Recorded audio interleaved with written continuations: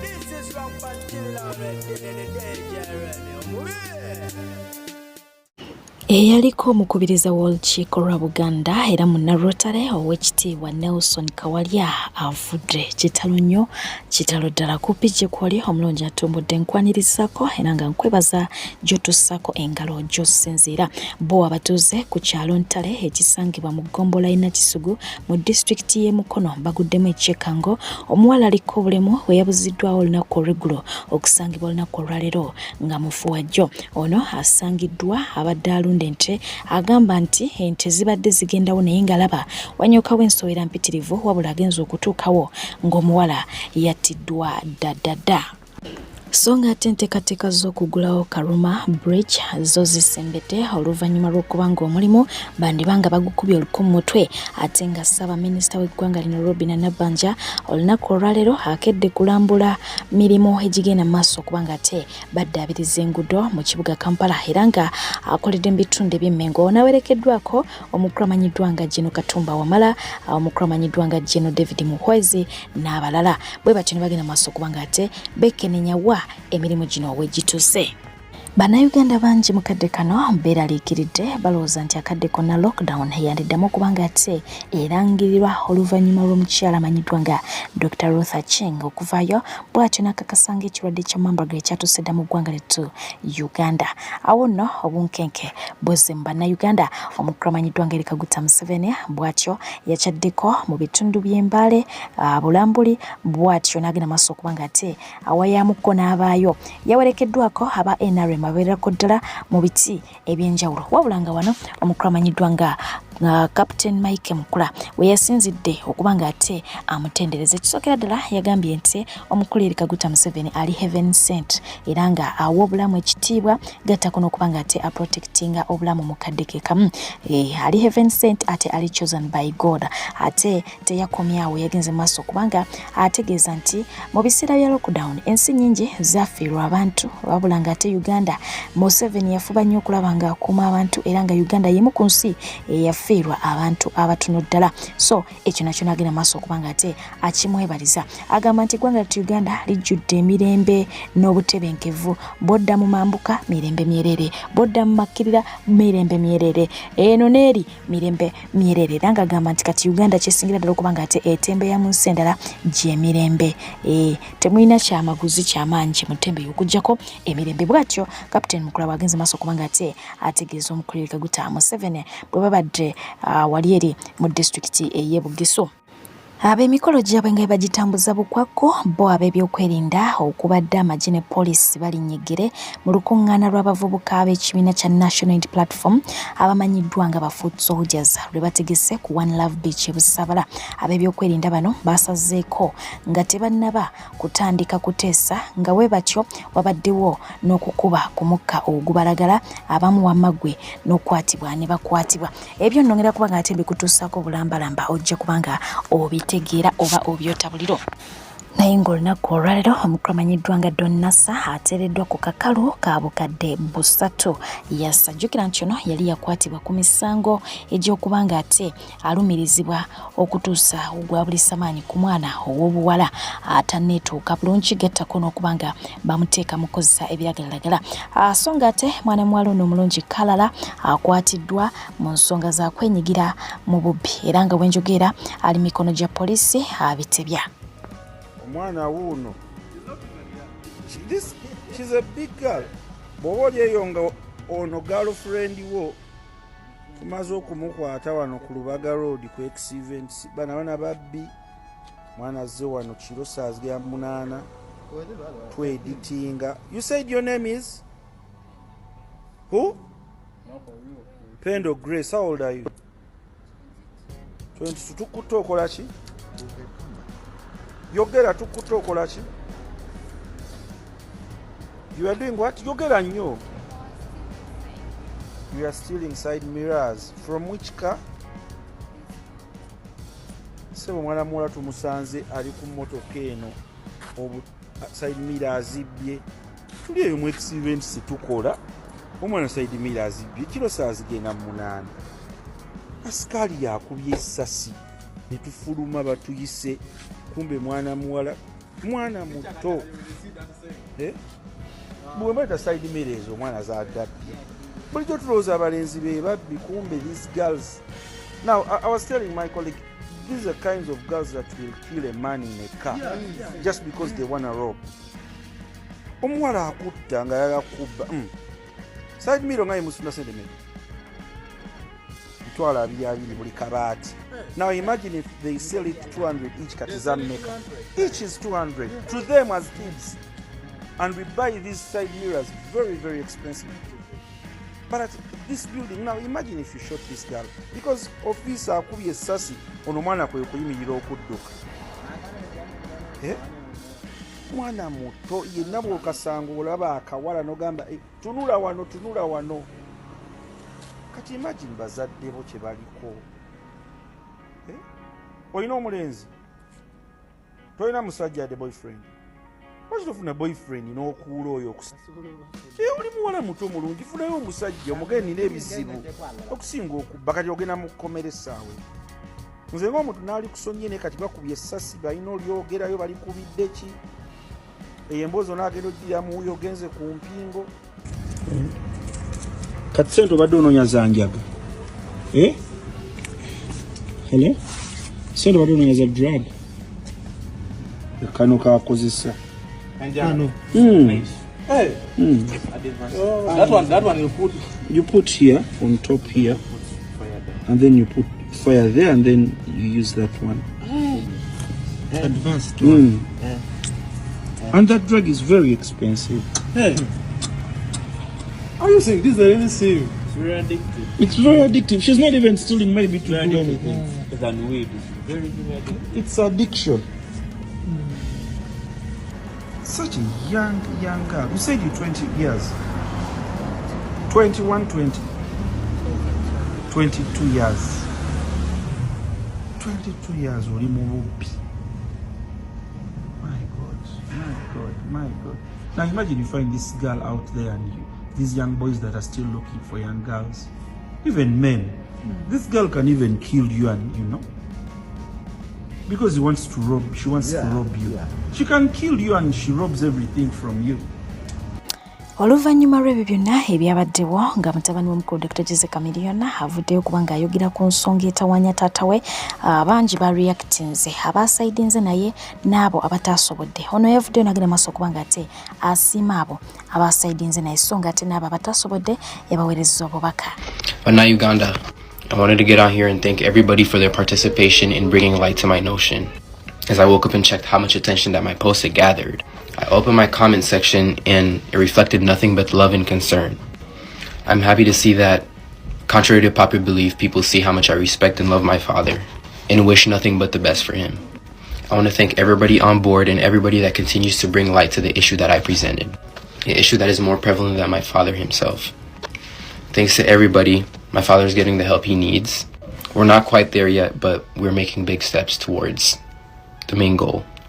And thanks to you guys breaking the internet, we're making bigger steps than we've ever made in I don't even know how long.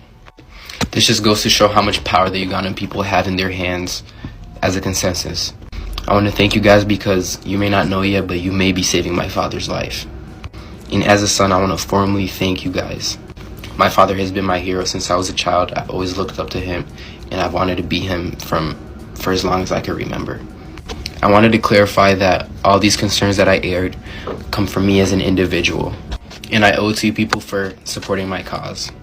In pertaining to the people that misunderstood my message and comprehended it negatively, I would like you to know that I care the least about what you have to say. Once again, for everybody that is supporting my cause, I want to thank you from the deepest corner of my heart. Finally, pertaining to the issues regarding my extended side of the family, aka my grandparents and etc., I will be dropping a YouTube video about everything. So kindly in the comments, let me know what you would like me to address in that YouTube video, and thank you.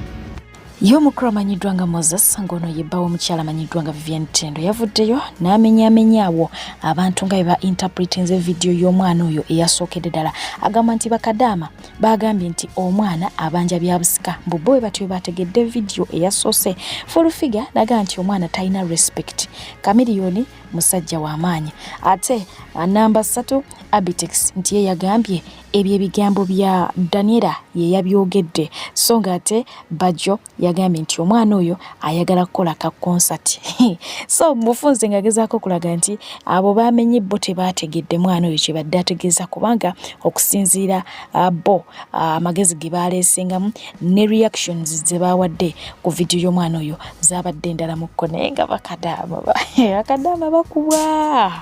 Ate nga y'omukyala amanyiddwa nga Evelyn ngono yatera okwemulugunya ennyo ku basajja yavuddeyo n'agamba nti Palaso ye muyimbi omusajja akyasinze mu ggwanga ly'e Uganda gwe nali ndabye era mbadde mbasaba tugende mu maaso okubanga ate tukola ki tumusiima ekimala.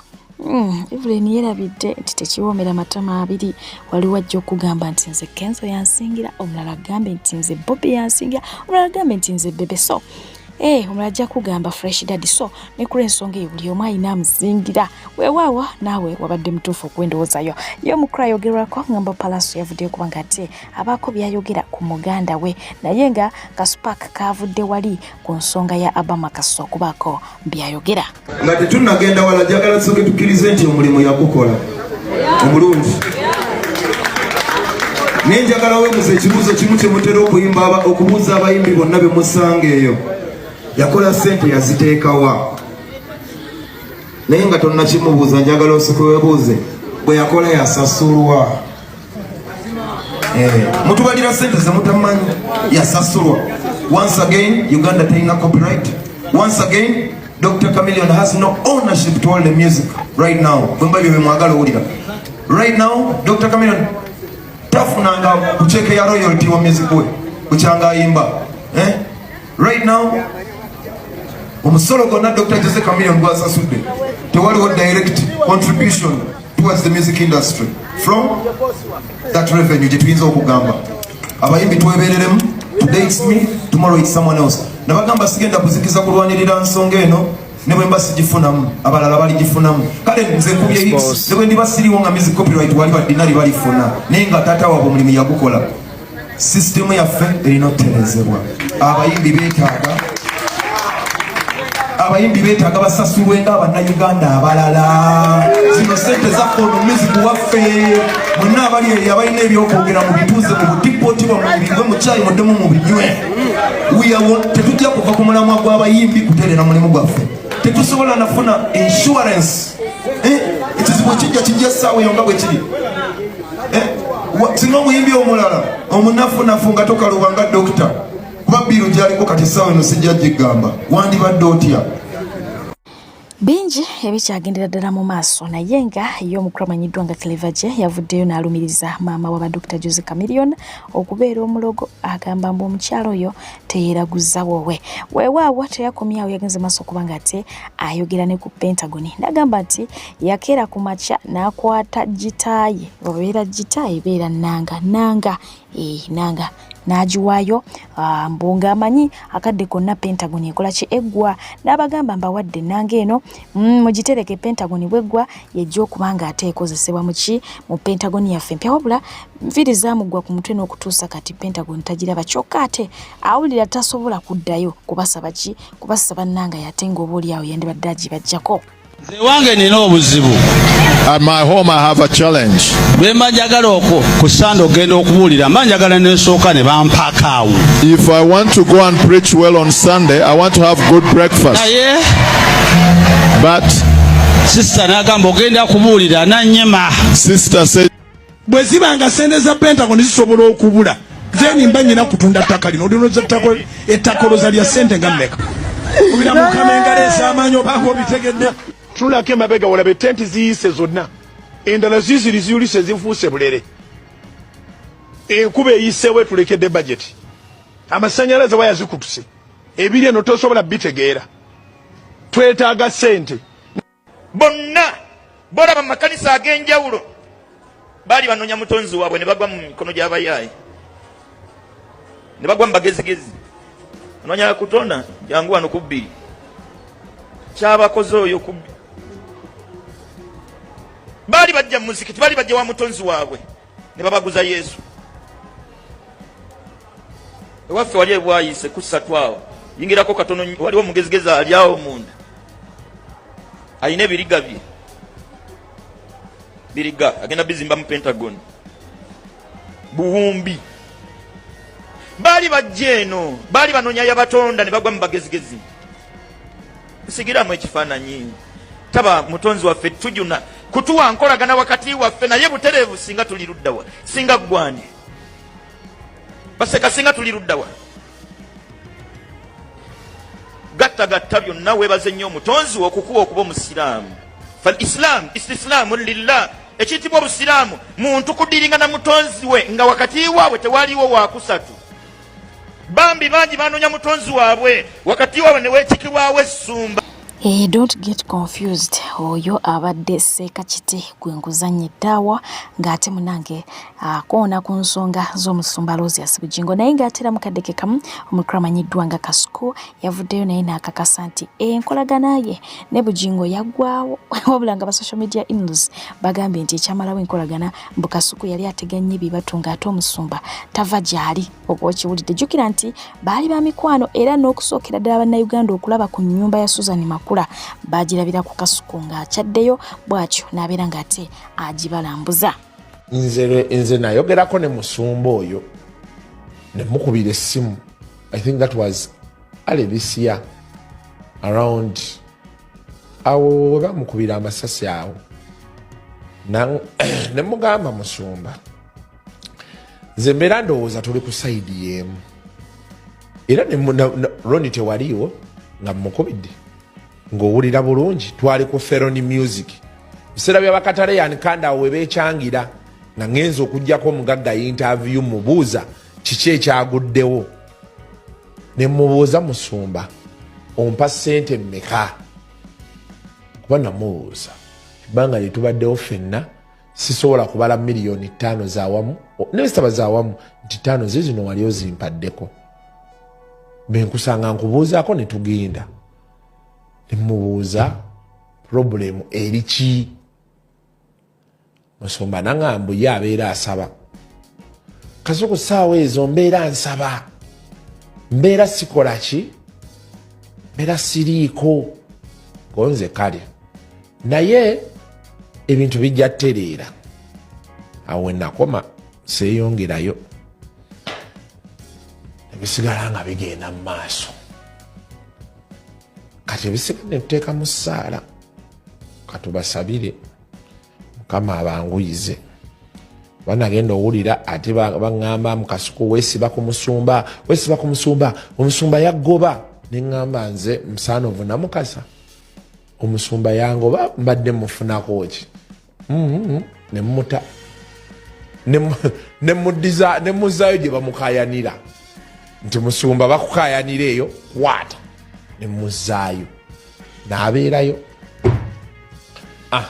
essimu n'enjinyiga blocked n'omukyala blocked nengenda mu maaso bajja wano wetutandikire ku kisaawe entebe yasa omukyala amanyiddwa nga Nakawunda bw'atyo yayingiddewo olunaku olwaleero era nga yayaniriziddwa aba Ebonza mu bitiibwa ebingi ddala anti munange bagenda kujaguza emyaka 47 nga bali mu nsiko y'okuba nga ate babasanyusa babamalako stress babatisa ebinnyo wali wonna okitegeera kakati no wendaba ku airport bulambalamba nzijukira ka airport pickup ne nkugamba nti nkakwasaganya tonnerabira gwe wenna ayagala okujja ku airport ntapingako ate era nenzijukira nti tulina aba Molden nga bano batutwala emitala w'amayanja okuba nga ate twekubira ku kyeyo ne twefunira ku ssente mu nsi nga UAE, Saudi Arabia, Jordan, Bahrain, Kuwait, Qatar. Jangu oyagala kubeera barista, oyagala kukola mulimu gwaki, waiter waitress,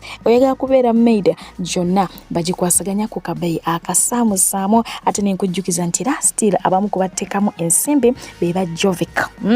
Aba Jovic bano bakafulu mu kubanga ate bakutusaako ettaka eritali libbe eritali lijingire eritali lya mpewo jango berenga ate wefunira kaploti muganda wange jukira nti ettaka bwe bugagga borrawo ofiirwa era liggwawo lwa bwomi okitegeera balina ne zi promotions mwofunira poloti ku bbeeyi ensaamusaamu balina ettaka lya kabaka balina ettaka ly'ebyapa ate nga nawe ayagala processing echapa okifuna bulambalamba ate nekujukiza nti akadde konna abaana badda ku ssomero bwe tuva mu nnaku enkulu bwe papa tutandika kunoonya school fees tomagamaga omwana tumutwala ku Ibuni Rayana wali ku luguudo lw'e Masaka okitegeera yes teweeraliikirira omwana ojja mweteeka mu kisulo ne bw'obanga okola ng'owulira okweyeba maid ng'oganze bannaye ba maid bantama naye omwana andeetera okuba nga ate mbeera ne maid waka nedda osobola omulekayo ku ssomero n'okikwasaganya bungi n'abasomesa holiday yonna ne bamusigaza era ne bamukumira bulungi nnyo nnyini ddala ate nga naawe atali ku ground ng'ogamba nti bannange nze ndi ku kyeyo munnanga abaana babakulerera okutuusa lw'olidda kasita oteekawo enkolagana ennungi ne communication ennungi abaana ojja kuba nga ate obalaba bulungi okitegeera ebisulo kiriya essomero kiriya emmere kiriya so gena maaso okubanga ate obakonako aba Ibunran ennamba zonna nzikuteeredde ku screen ez'abantu abo ekizibu kyonna kyoyina nga abantu abo bakisolvinga bakoneko wennyini awo nekutegeeza nti ebiganye ebitatambula koona ku mukulu amanyiddwa nga Sheikh Ashraf asomeddwa mukwano asomeddwa byonna ebikutte nebiba nga ate bita n'ebyo byolabanga ebizibu bijja kuba nga ate bita tolonzalonza kope namba y'essimu obeere nga ate omukonako bulambalamba buterevu katweyongereyo tuvuddeyo mu bulango bwa bakama baffe okitegedde katweyongereyo ye omukulu amanyiddwa nga Junior Tamale Mirunde bwatyo yegasse wamu n'omwana mulenzi amanyiddwa nga Bruno K ne mwana mulenzi amanyiddwa nga MC Richie bwe bati bagenda maaso okuba nga ate bakyalirako ku mugenzi jajja Ichuli oba Isma All Access yatuva ku maaso so bakyaddeko wa ku malaalo ge okitegeera Omukyala Jennifer Fulufiga yassa yayise eggaali mu mama wa Junior ng'asinzira wali eri ku mpewo za Salt TV yaseraga yamuyisaamu si bulungi n'akamu n'akatono ddala kino nno kyajja Junior mu mbeera era nga bw'atyo yagenze mu UCC n'aba nga ate amuggulako omusango era nga kyekyamuviiriddeko okuba nga ate azaalawa n'omukulu amanyiddwa nga Bujingo kubanga agamba nti byonna ebikolebwa ku Salt TV nga bikolebwa omukyala Fulufiga Bujinga ayina kyabimanyiko Junior ebigenda maaso biwulira osirise lwatulinze live tukala omusajja kakolera yivu kino Fulufiga Bujingo yakituma TV Bujinga kukeketa okukola kalyange ate musumba naye abiri omusumba tabirimu yasindika bali bato anti fulungu solo tisiye yiye siva mukubira wano Bujingo sibiraba sibimanyi kale golutwe kaka mata Junior ovumye musumba oli musajja wa mukama Bujingo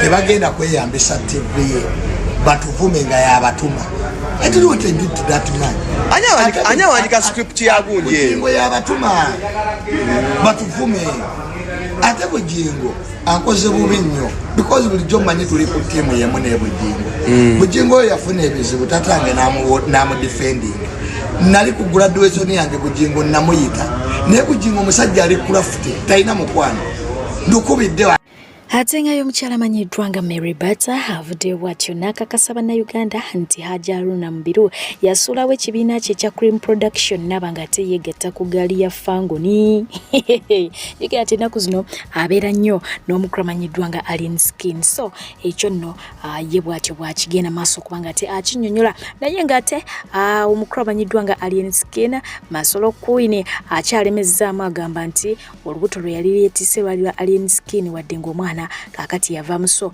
agamba nti wadde nga yagenze ayina essuubi nti bajja kufuna ki omwana omulala kuba omusajja ye akyaliwo n'ekirala omusajja nkyamulina nnyo omusajja mulina tujja teekamu omwana omulala tujja zaala omwana omulala rest in peace omwana yabadde mulenzi tujja zaala omwana omulala after all omusajja wange sisindika njake asaza kimu one time shot tujja funa omwana omulala byebyo Munansonyiwa nno nze nno simanyi ebyo byakuddawo kaaba kwatibwa Nakama strong woman Kyabdola njogera bwentyo naye nga byebyo ba haters mbatumiddeko era temuyina nnyo kye mujja kukolawo. Olunaku olwaleero yasebadde anniversary ya Dr. Cool n'omwagalwa we omukulu amanyiddwa nga Engineer Akram Gumisiriza. Bano ne bagenze maaso kubanga ate beewandiikira obubaka.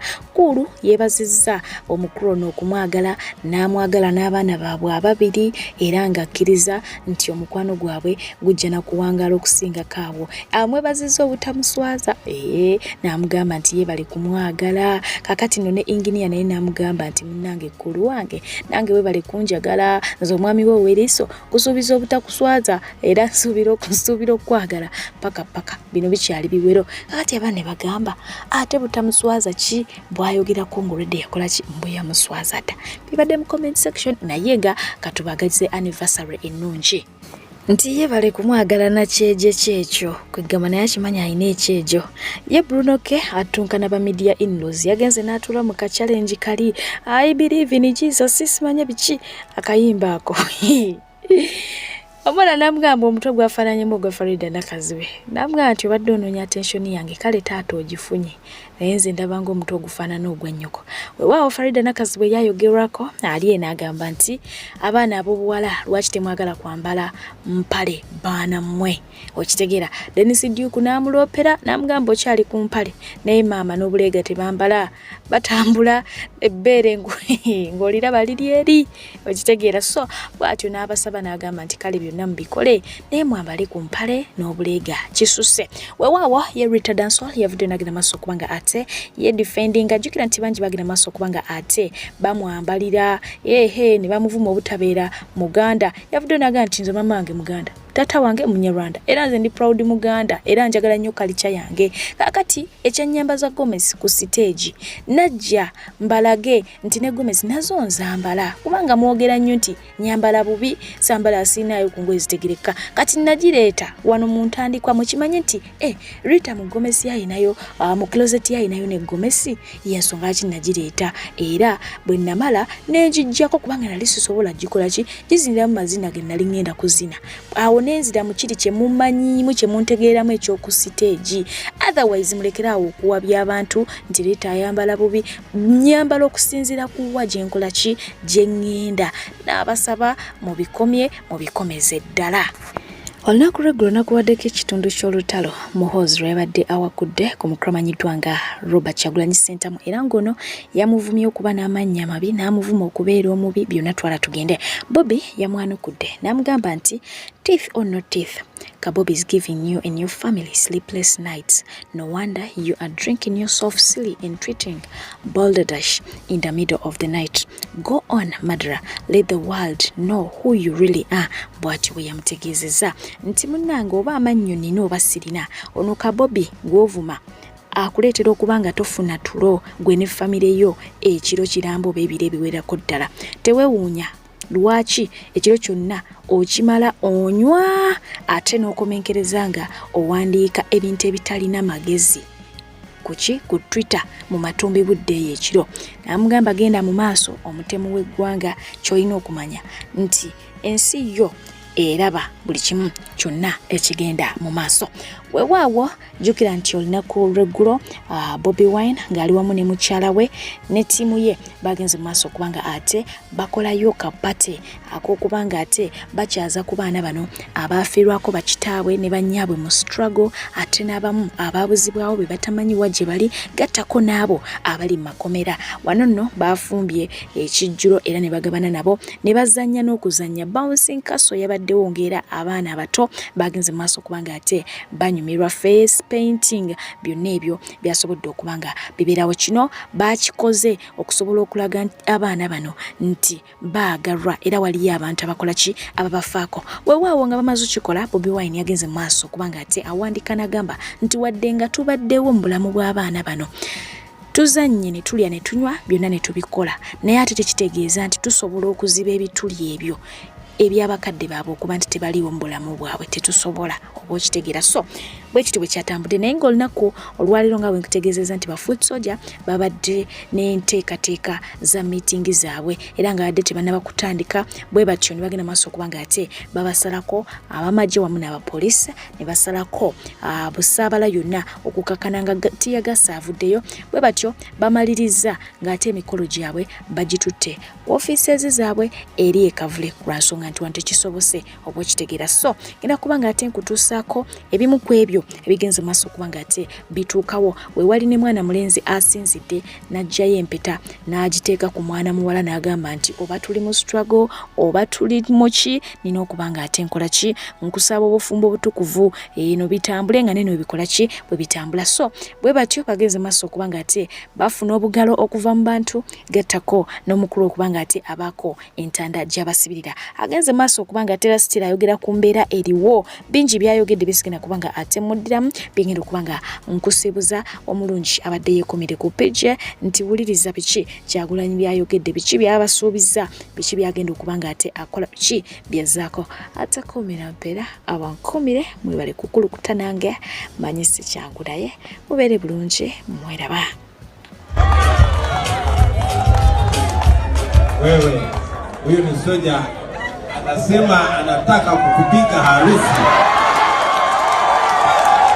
Mwambie unataka ama utaki.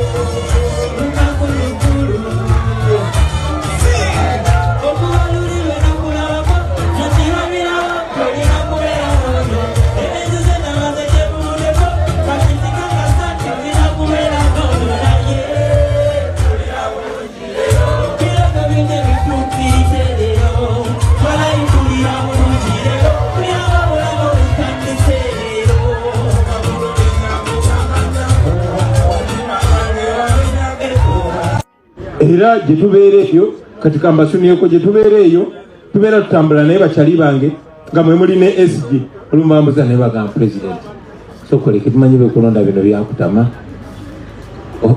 notukulembera era tukyalenye ng'akasajja bagamba kyerowooza naye njagala bategeeza aba foot soldier mwe mujja n'okubuulirako ba SG nti ninalo era biba byabba kulembera njabba kulembera akasajja tukakyalenjinge tetugenda kukkiriza Museveni kuleeta bakatumba oye mumanye ayina bakatumba oye bayagala okujja mu NUP ayina bakatumba oye bayagala okujja mu buli region ayina bakatumba oye ab'enjawulo. Museveni, I'm coming for you.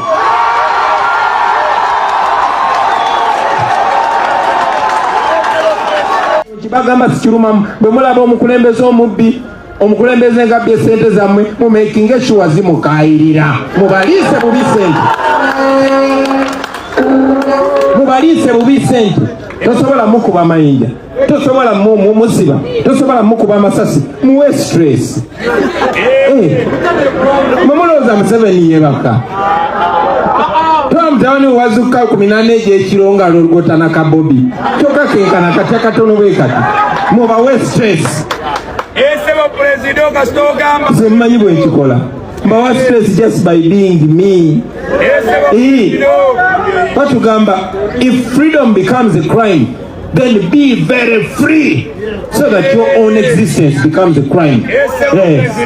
Bali mumwenda waliwo politician yali atudde ne Museveni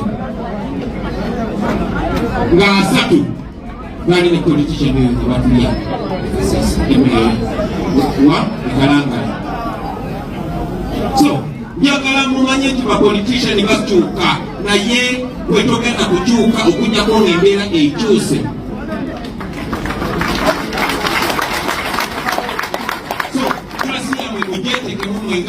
Bali bakozi bamwe bwabakyankalanya babbanga mumugoba nga muleeta omulala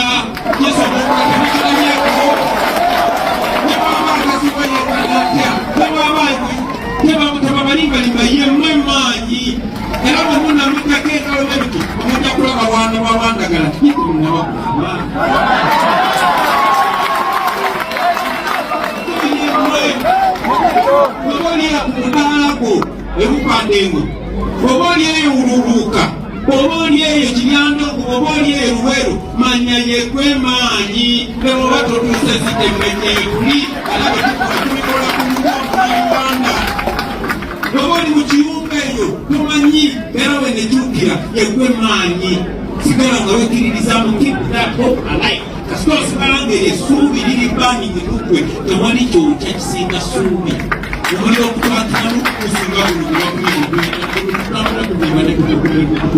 kuba kutookya munda kutookya ate tujja kubawandulira one time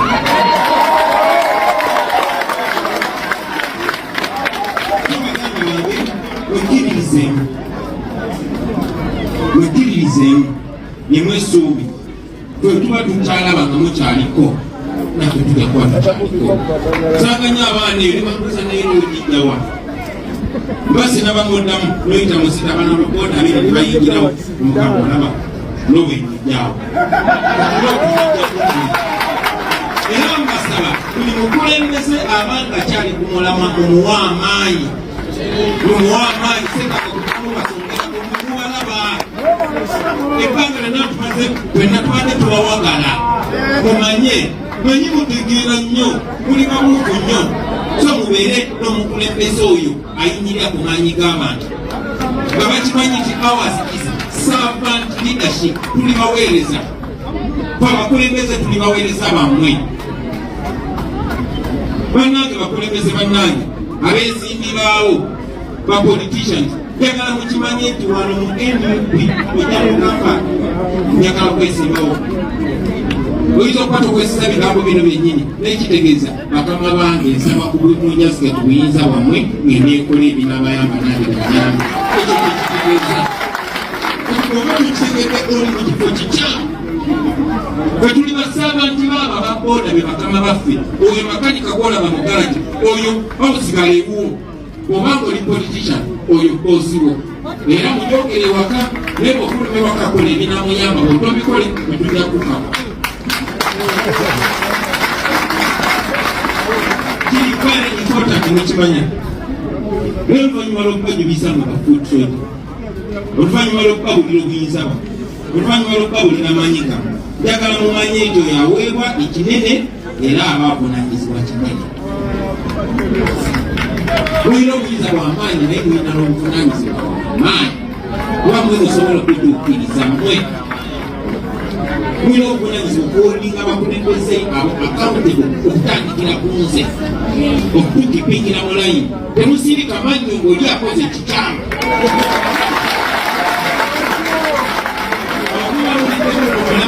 oliko olukwe mubeere kaali kubanga mwe temwesimbyewo n'okubeewa mwe mwebetaddemu sente olwaleero temukoze singa bakwatidde eri tetubadde wandibadde mukomewo n'ovayo webakutera tewootandikira musamu nnyo so respect that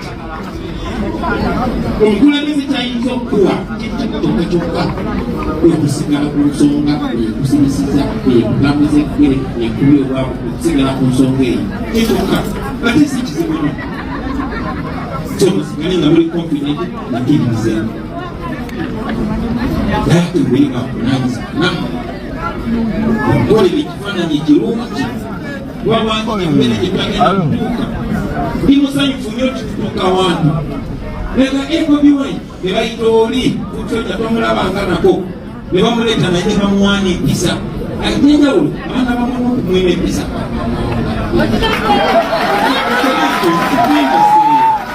tukubindise bannange omwaka nawe tuli tugumaseeko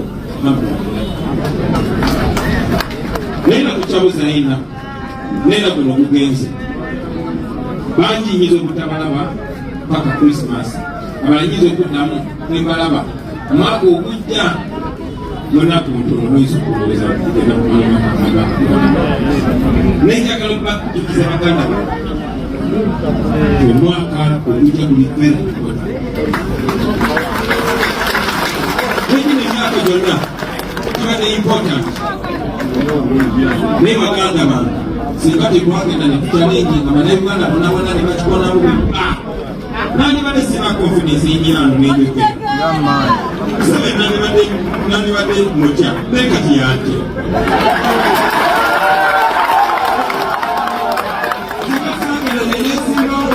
nemulonda nani bade sina confidence nekyabani kyekandi bade kimanyira nasirika nga kakwenda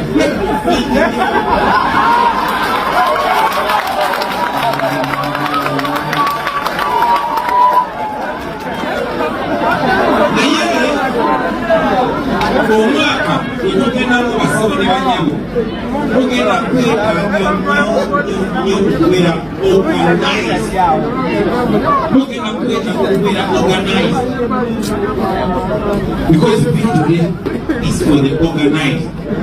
You know what is mulama gutako ule mutufu leka tunalikusaidia mulama tutaka kusaidia naye tulina okwenderera mu ffe kennyini tumanye nti Katonda akola ki ayamba yeeyange ayamba akoze ki so tulina okweyamba by doing what by being organized mubeere organized tuyinza okutabimalayo bano byonna kuba olwedde tulinayo kuze kamera ate tumanye tutubeeramu n'ensoni magedunya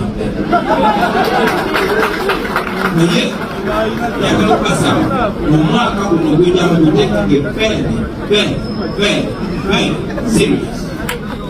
Lwaki ise election year omwaka ogw'ebyokulonda si tutukkiriza nti tugenda kuwalula Museveni nga tumawulana 90%. Tulina omuteekako embeera endala okukkiriza mazima kuba lwamuwangula ddala